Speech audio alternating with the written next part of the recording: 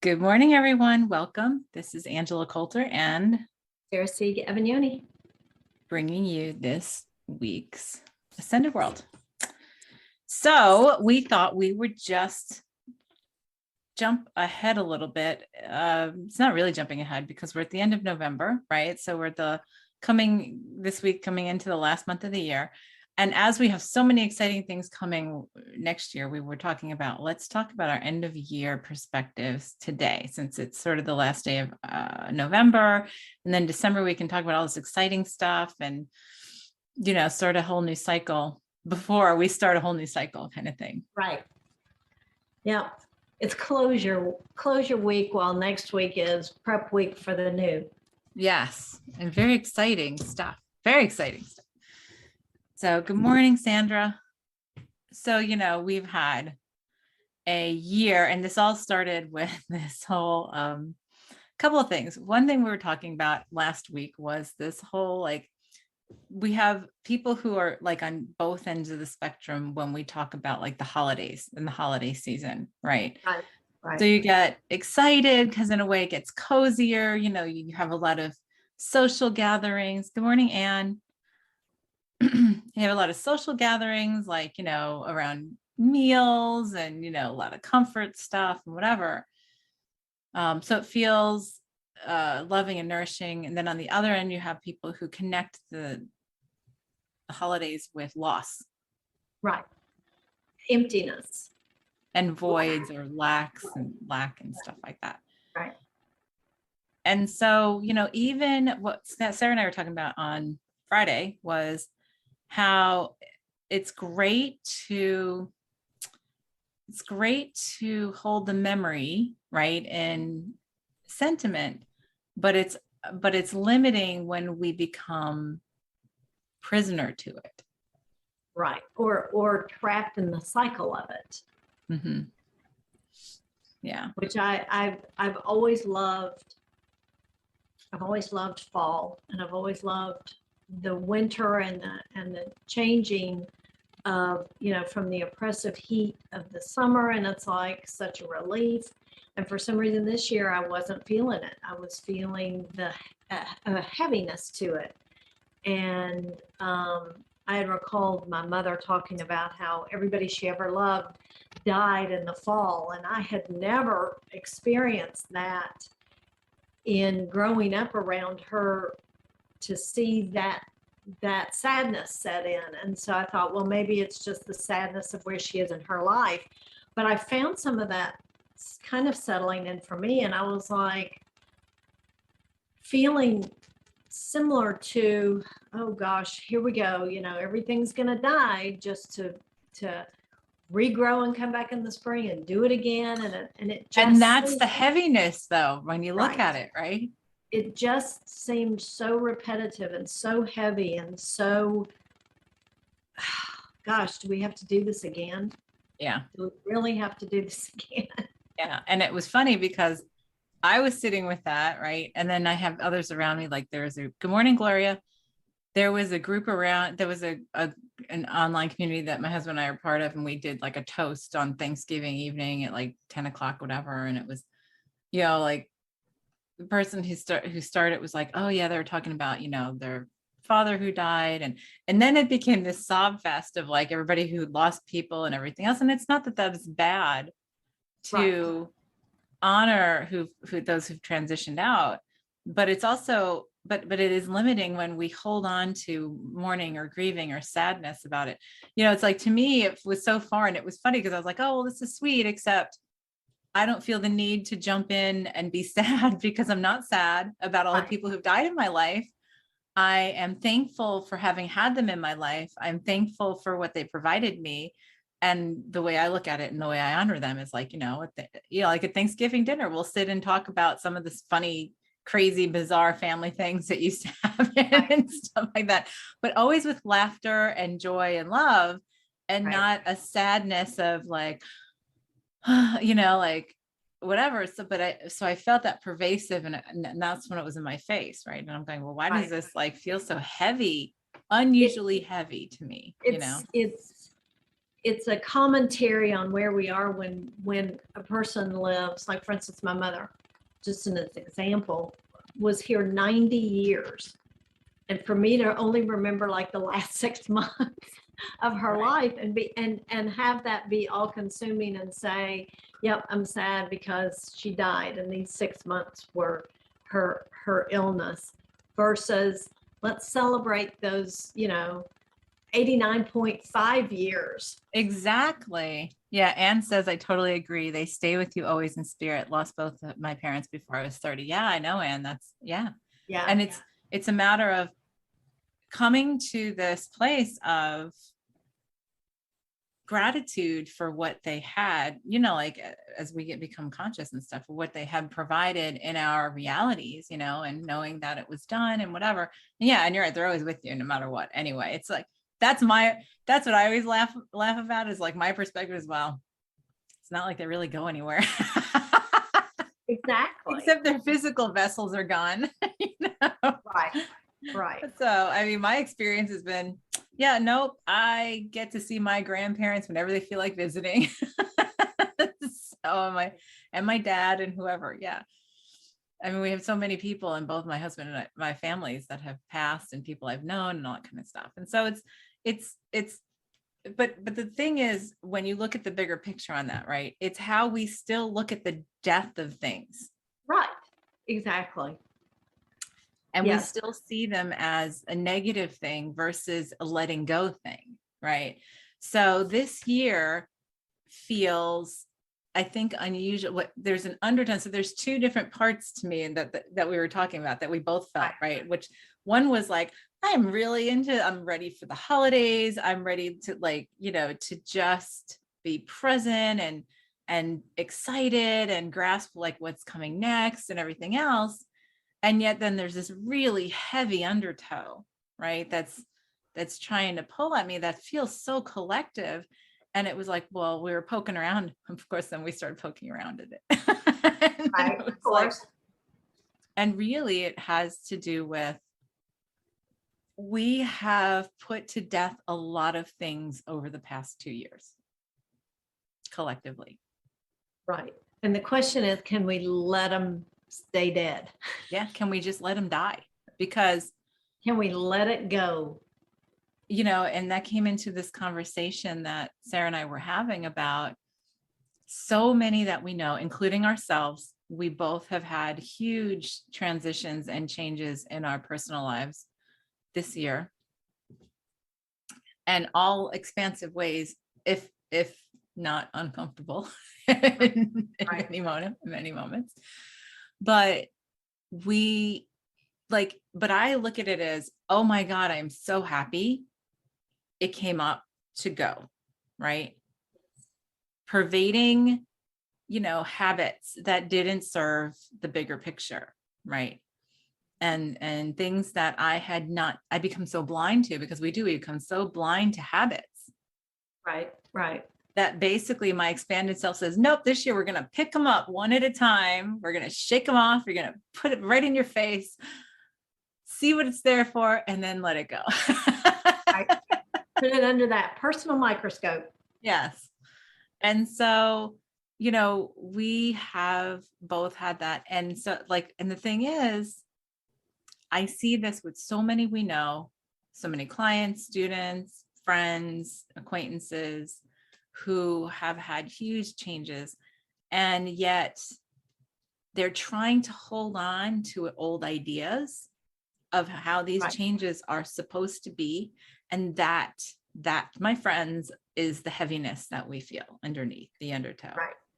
And that compounded with the fact that, as we see the season cycle, and we used to find comfort in the repeat, knowing that, just get through the winter and then the rebirth of spring will be there.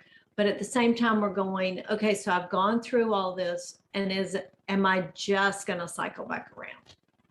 Am I just going to come right back around and repeat it? And so many people are trying that. They're like, oh no, I can't wait to go back to this. I can't wait to go back to this. And it's like, no. No more going back. No. Right. Just let it go. Like, okay, we have given ourselves 2 years of an opportunity to create a blank slate and move forward in a different way. And so what has come up in the changes that many have had this year, or the opportunity for change, has been repeating of old cycles, repeating of something that might not have even been in your life for a long time that came up, but it's come up to do it differently. Right. Absolutely. Yeah. Absolutely. Even if it's just your mindset around it. Exactly. In a more conscious manner, a more right. self-observant manner. Yeah. Have more gratitude for the set of circumstances instead of, torturing yourself over it.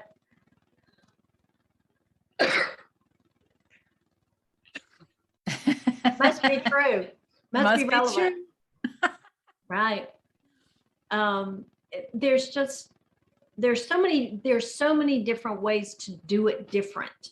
Yes. And we tend to look at it in my mind in absolutes, like, oh, well, that means I can't do that at all. Right. Maybe it's just your mindset towards it. Maybe it's just your unconscious judgment towards it. So many things can factor into doing it differently. Right. And I believe that there are many of us who've gone through so much change or been pushed into, like seeing things so differently, right? That the whole collective pull of let's cycle back is oh, hell to the no. We are moving forward on this now. Right. And so that's the sort of friction we're getting, I think, collectively and individually, because what our habit is this: change is only as uncomfortable as the ego wants it to be. Right. Right. And it's the only constant in the universe. Right. Exactly. Change. Exactly. That's many don't realize there is nothing that doesn't change in the universe except the wholeness itself. Right. And the minute you stop changing or you choose is really, that's when death begins here, is when you stop changing and evolving and expanding and learning and growing and flowing, because change doesn't allow for that. Yep. And then you just become crusty. And then what happens is the universe says, okay, well, we're just going to break this up because the change is flowing, whether you want to or not. Right. So then you leave the physical body, all kinds of stuff like that. Oh, Sarah just froze up. Sarah, you just froze. I think I did too. Oh, no. I'm still here.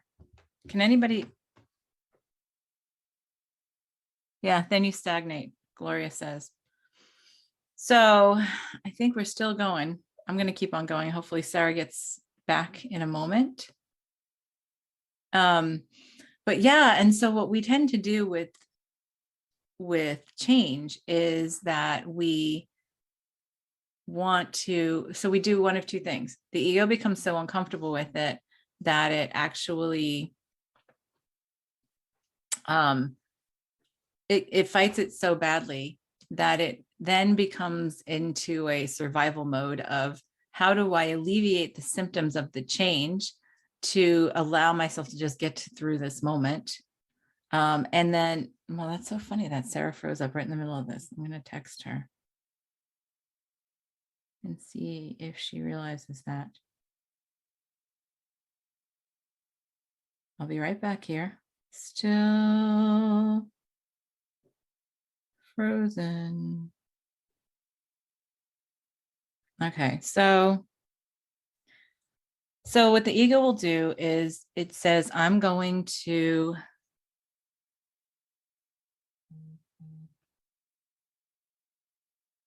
hold on, that's Sarah texting me back.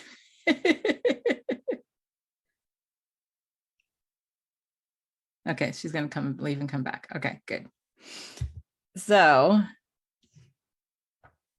why is this now being a pain? Here we go. Okay.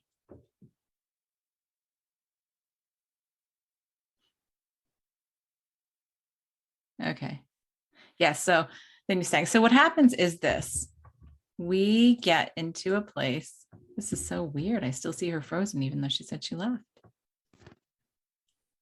Okay, this is so weird. Oh, so I'm up here twice. There, There it goes. okay. Yeah, I was like, okay, now I see Sarah's voice. That was bizarre. Yeah, no, I could hear you and I could see that I was frozen, and I kept switching networks to see if that would change it. So I figured it was just the connection. But anyway, Okay. Yeah, I'm watching it. resistance to change. I know. I was like, funny that we're talking about like then you freeze up and then it's like, okay, the universe is I'm gonna just break you up. Right. So anyway, what I was saying, I started saying, and then I was like getting distracted because I'm like, what happened? Sarah didn't come back. Because usually, like, if it freezes for a moment, it'll come back. So the thing with change is this. I'm going to repeat myself again. The ego becomes really uncomfortable with change. So then it gets into this mode of how do I manage this so that I am the least uncomfortable, right? While this is going on. But it's a very short-term, short-sighted perspective because it's usually the ego saying, I am just going to put all my efforts to alleviating the symptoms of my change, of this change, right? And I'm going to try to do what I can so that the discomfort goes away. Right. And usually exactly. what the ego usually means with that is throwing out the baby with the bathwater and saying, so I'll pretend that I'm going along with this change, but I'm really just temporarily allowing it. And then I'm going to try to fight to go back to how it was. Right. And so that's how a great example for that many don't see or understand is when we talk about things like weight loss, right? Like weight loss, or when we change our bodies, when we change relationships, right? Because like it's a big thing, something I was thinking about over the weekend, because, a lot of people have the jokes about overeating during the holidays and stuff like that. And you and I went through the whole Noom thing this year, and and that was a great app because it really worked through the psychology of your consciousness around eating. And when I went into, I'm ready to go to the weight that I would like to be again. Right. You and I were talking about it, and it was like, we just want to do what's going to be sustainable and real change, and not something that's just going to bounce back like a yo-yo after we're done. After we're done, right? So, because the ego says, okay, I can deal with this for a short period of time. And that's what we do with things like weight loss is, okay, I'm going to do this diet and put a crash diet or eat this way until I lose this weight. And then I'll just go back to normal. Go back to the way I want to be. Right. Instead of realizing there's a reason the way you were was dysfunctional and not optimally functional to begin with. And when, it's a matter of looking at how you view every element that has to do with that change. So why do I eat? How do I eat? When do I eat? Like, for what reason do I eat? And do I take notes? And like, in the things, that's what Noom was great about, was going through all of this of, why do I eat? Why am I eating this? What does my body feel like now? If I'm 2/3 of the way through this, am I really full now and still eating because I was taught to clean my plate? Am I doing this because it's comfort? Am I doing it because I'm bored? Am I doing it because it's social? And, I can't stop eating before somebody else, like things like that we don't realize we have built in. And so I'm not even looking at, like, at the holidays. So many people are like, oh, I'm afraid to get on the scale. And I'm like, why? Because I'm not changing the way I eat just because of the holidays. I'm still being just conscious about my behavior, and my whole experience and relationship with food has changed due to all of those changes. And I don't feel like I'm going to be, oh, well, I'm going to want to go and sit and eat 4,000 cookies because it just doesn't feel good to me anymore. Like, it doesn't feel good, to want to do anymore. It's not who you are anymore. Yeah. Well, and if we took that kind of approach, am I freezing up again? You are randomly, but you're still coming through. If I take that approach with everything that I come across that I have resistance to or am uncomfortable with, and look at it from the perspective of why am I doing this, and how am I doing this, and how am I really feeling, and really pick it apart, not just strive to feel more comfortable with it, Right. or to Because numb eventually, myself, go ahead. to the point where I don't feel it anymore. Right. Well, because once you look at why you're doing something, right, Right. and you change that habit, then the new habit becomes comfortable. Right. It's like, Slow motion. yeah, I know. It's like you're on a strobe or something. But so that's the thing for us to look at, because so many people are like, oh, I can't wait for things to go back to normal and things like that. And it's like, no, we're not going back. The thing is to look at, what did we do that did not serve us? What did we do that was continuously limiting? What did we do that was unconscious in our lives every day, that we have forced ourselves into a pattern of change to eliminate? And instead of saying, oh, I miss being able to do this, why was that so comfortable? Ask yourself, why was that so comfortable? Exactly. Exactly. Yes. And what does that discomfort say about um, what I believe to be normal? So, I believe that that's all I deserve, or I believe that I should be punished, or I believe that I'm not worthy of that. And I mean, that's where we tried to come up with our 7 courses. Yes. Yep. And that's what we looked at in creating the Adventures in Wonderland program that we have. The last program launched this month, the last course of the program launched this month. It's not going away. In fact, we have a whole community planned and really awesome stuff planned for next year to do with it. But the 7 areas that we covered, that caused, well, and I'm so grateful for, because it caused you and I both huge amounts of discomfort in our personal lives in creating the course. Yes, right, exactly. But was worthiness, trust, guidance, forgiveness, self-responsibility, shadow, and loving the shadow, and then self-love, right? Was that 7? Did I hit them all? I think so. I believe you did. Yeah. And so when we hit all of those and get to a place of comfort and resolution in all of those areas, then we hit that wholeness. We hit that, presence of anything can change right now.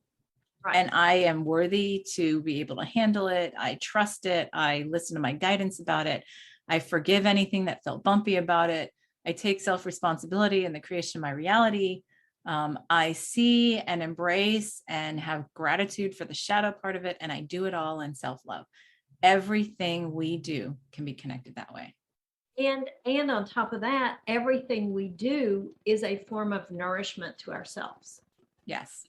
Which just, I mean, it's such a complete cycle, and it's so self-fulfilling. Even if you feel that you're not in a good place, you're still nourishing yourself in the way you feel you need to be nourished in that moment, whether it's for the message, whether it's for the forgiveness, for the worthiness, whatever. But it all just, it hits every point to bring you to that place of coming to where you are. Yes. Yes. And if we create a new foundation so if we actually change and let go of all that stuff, and yes, it's a lot of stuff, right? 20 on the average of 28 elements per course, right? I think there was one that was 29. So that comes up to just under 200 items across the board, 200 items that we looked at in our faces this year, right? And yeah, it's daunting and uncomfortable to the ego, because especially when you start on that roll, because you just keep on changing. But it's all stuff that builds a new foundation, because once we resolve all of those pieces, we can deal with whatever's given to us. We can deal with whatever we create. We can create from such a different place of wholeness, right? And then it doesn't matter what the world looks like around us. We have had the opportunity, we've given, and I said this, well, you and I have said this all last year, especially last year, because so many people were locked down and stuff, is look at the opportunity we've given ourselves to look inside, and look at how many ignore that. I know exactly. And so they get more opportunity to do that as we still have stuff, that cause minor lockdowns and whatever. Right. And as we, how do we tell we've changed is the more we go, the more we don't allow external circumstances to shake us anymore. Or dictate our behaviors. So it does not, so nothing can throw us into fear. Nothing can throw, except the recognition that it's ourselves. Right. Right. So in closing out this year, really the key point to all of this is getting to this place of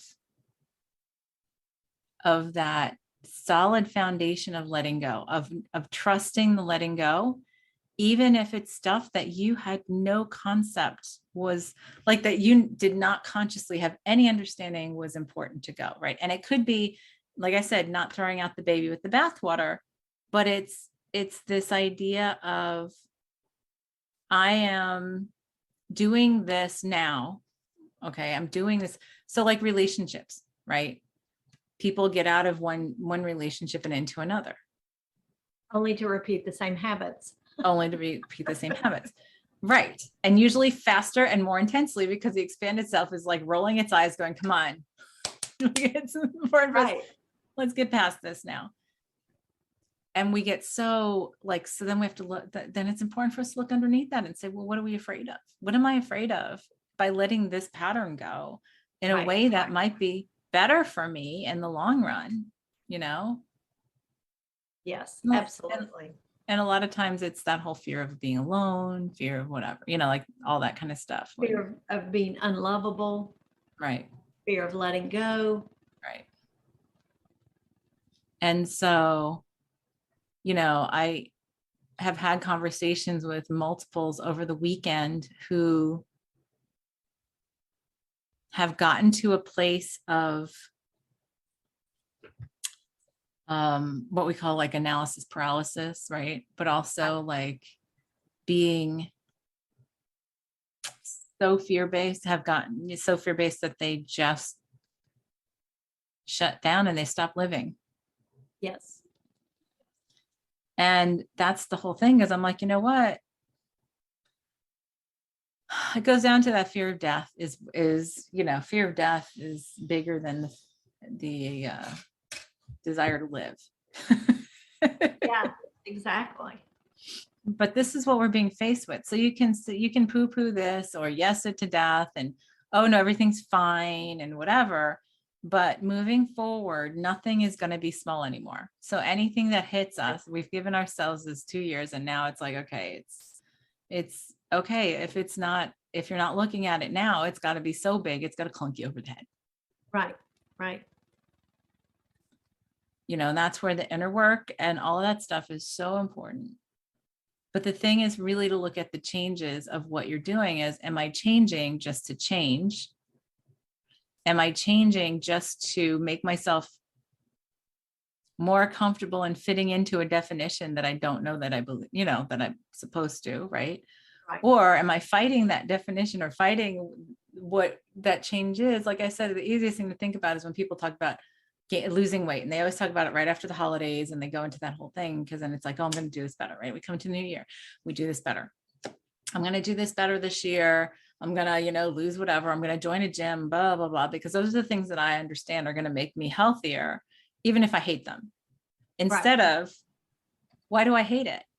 Why do I hate the idea of being healthy? Why do I hate the idea of not having my body as a distraction to limit me?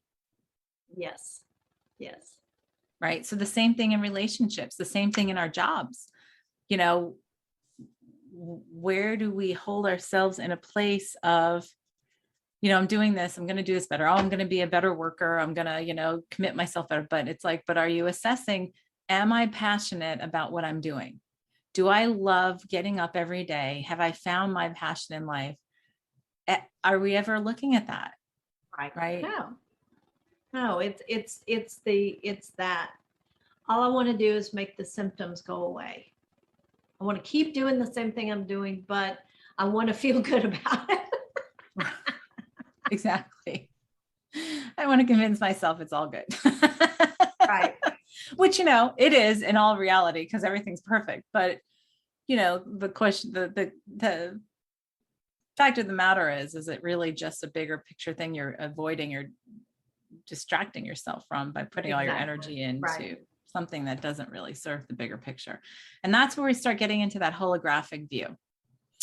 We can talk about, ascension codes, and we can talk about, activations, and we could talk about things till we turn blue in the face. But if you have no idea how it applies in our everyday lives, then it's just not going to do anything but get us more detached from the fact that we are here in the hologram, in these embodiments, to fulfill that symphony that we are creating. Right. And yes, that is definitely a part of us to remember. It's beautiful and fun to play in and everything else. And that is the key, is turning around and saying, okay, well, so how does that apply in me living life here and now? Right. Yep. And how does that apply to, I have a chronic condition in my body that I still haven't changed? Is it just easier to accept it and alleviate the symptoms with, medications? Or can I actually look at this and change it? Right. Or does it serve me to look at this and change it? Or, and usually the ego goes, oh yeah, that's just way too uncomfortable, right? Because that would mean I'd actually have to look at stuff and make change for real. Right. I'd have to unwind and unravel and untangle, most of my life. Yes. To look at this. And we've known people, both of us know people who are questioning all that right now, going, oh, well, I just don't want to look at that anymore. I just don't want to have to look at my triggers. Right? Yes. Right. I'm going to choose. And that's okay. That's okay. But the thing is, it's like, that's the self-responsibility to take, is I just don't want to look at my triggers, and I would rather just float along in a state of ignorant bliss, which is what you're doing. Right. Which, that's the one thing in coming to that place of self-love, is you realize that everything you do comes from that place of self-love. Yes. And that even if it's something that you're uncomfortable with, it really is from that place of self-love to be like, hey, look at this. Hey, over here, look at this. And if you don't listen, it's like, gets louder and more pecking you on the shoulder, because it is self-love, and there's only a certain amount of time that you can deny it.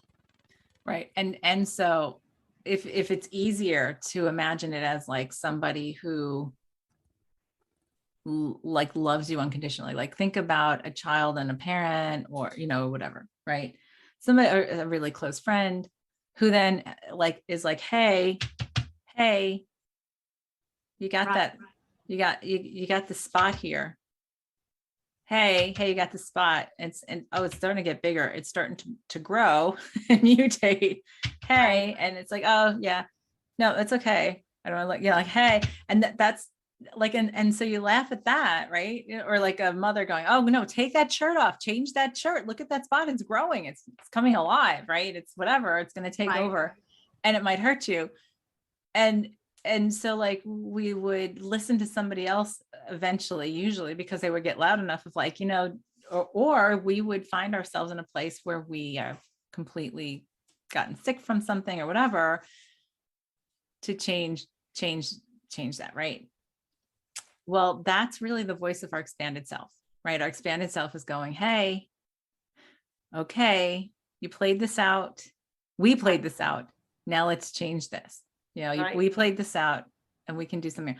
you know what, I'm only doing because I love you. I only love you. Right. I like it. All I Right. can do is love you because you're me. Right. And I see, once we let go of that sweater that has the growing alien mold on it and mutating, once, look at how much distraction it's taken for you to try to ignore it and, you know, put And spot accommodate in. it. What was that? And accommodate it. All the Right. accommodations we've come up with to just Right. put up with it. Yes. And look at all that stuff you're doing to ignore it. And if you actually take off that sweater and just change your sweater, look at all these other things that we would be doing that would be so much more fun, Right. so much more expansive. And so when we say it like that, it seems like, well, of course we would say that, but we do it all the time with ourselves, all the time. So bringing this back to the whole cycle things, which is what we started with, is that is how you do it different. Mm-hmm. That is how you change it. That's how you ensure that those things that you've worked through and shifted and changed are who you really are. Yes. To work through it from this perspective and to get to that place to where you know that the changes, you know within your heart, you know within yourself that this is who you are now, that you've made those changes and you've come to this new place. Yes. And allowing, you're allowing it. Right. Yes. Right. And And believe that, me, it's so much more free. Yeah. right. And that allows the rebirth coming in the spring to actually be a birth, not a rebirth of what we've already worked through, but to be in that expansion and that flow. Right. Right. So let's embrace the change and do it differently. Let go of these things. And it is, yes, it is distressing to the ego, because yes, it does take away our discomfort. It does take away things we're very comfortable with. Right. But then it also opens up the possibility, like in endless possibilities that we would not have allowed otherwise, because we've had so many distractions, so many habits that limit us, that stand in our way. And we're the only ones to stop ourselves. We are the ones who get in our own way. What we create in our realities. Yeah. That's right. And all the things that we create to make ourselves a victim of and everything else. It's our choice to either accept that, limit ourselves until the explosion happens from the expanded self, or we just allow it and then say, well, let me see. Wait and see. Let me try this one little thing. And what does that look like if I really change it, instead of just change it to alleviate what I think is what I'm supposed to do? That's a very fine line. That's very hard for many to distinguish. So, Right. Yes. So, okay. So what's our creation then for today? I always like to start with just simply recognizing where we're settling in our changes and waiting for the comfort to set back in. And just have that increased awareness. Yeah, I would also ramp it up to say, you know, I am, let me feel that out. I am worthy to, I always like doing that. I'm worthy to remember how to allow myself to, you know, see what's there, you know, remember what there is to change, see it as it is, in observance and self-love. Gratitude. Have gratitude for it, accept it, you know, or we can just do the whole thing that we did in, you know, in the self-love class, right? Which is saturate it all with worthiness, with trust, with guidance, you know, clear guidance and forgiveness, self-responsibility, embracing and having gratitude for the shadow, and in a place of self-love to know it was all been perfect. And then in that saturation to let it all be complete and let it go. Yeah. And give ourselves the open road to change in a true sense, And instead of cycling in a way that is bringing forward the baggage from yesterday, instead let's spiral outward and expand into new places. Like that's, so for me, it's from taking it to a circle to a spiral. Right. And letting it be fun and enjoyable and vibrantly healthy and all that kind of stuff. Abundantly prosperous. I always throw that stuff in there. All right. So let's do that. Yeah, let's do that. All that in a nice little bow. Happy holidays. Right. So let's close our eyes, open our hearts as we take a deep breath. Step out of separation, back into wholeness and oneness. And we hold ourselves at the vibration where that is our truth. That is from where we create, experience, and exist.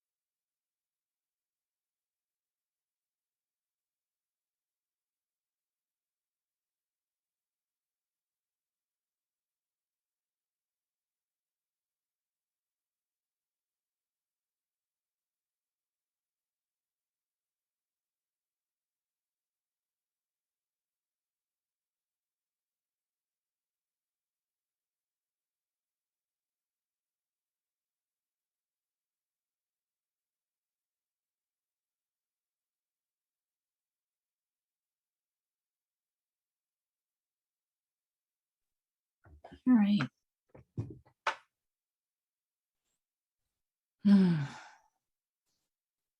It was busy. It was very busy. It was busy. I was like, I don't know how long. Are we out here for a long time? Were we out for a long time? Or was that quick? Because I can't tell the difference. It was a lot of stuff. It was like, well, that whole freneticism we've talked about, like of the cell, the molecules right before they change form, right? And how they get agitated. And it was like so much agitation that it was like, okay, but now for them to change form is for them to let go of that the form that they were in. Yes. They could take Yes. on a new one. Yes. So then it was like, oh, I feel all that. And it's like, and then I was getting up and it's like, okay, just let go. And then it was like, all these little like molecules are like, I'm free, I'm free. It was sort of funny. And I was like, okay, so all that within me and as the collective, all the same. Let's Right. just do that. So it sort of felt like little bubbles popping, which was really cool. We need to go back and sit with that. But yeah. Yeah, I saw a lot of acknowledgement of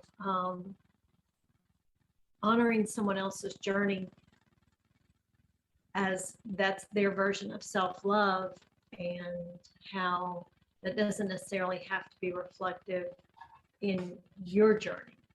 Right. And how that's, yeah, that was really, that's one of those changes that I've embraced, and seeing how that is actually a loving quality versus I don't care quality. Right. Right. Well, and that's what many culturally believe, right? And it's an I don't care quality versus no, I actually do that with love quality. Right. Yes. While honoring my own journey at the same time. Absolutely. All right. Well, we have a lot that we're going to be starting to talk about out here. Very excited for this month coming up, as well as the year ahead. So stay tuned with us and we'll see you next week. This is Angela Coulter and Sarah Siga Evignoni signing off with this week's Ascended World. Have a good one.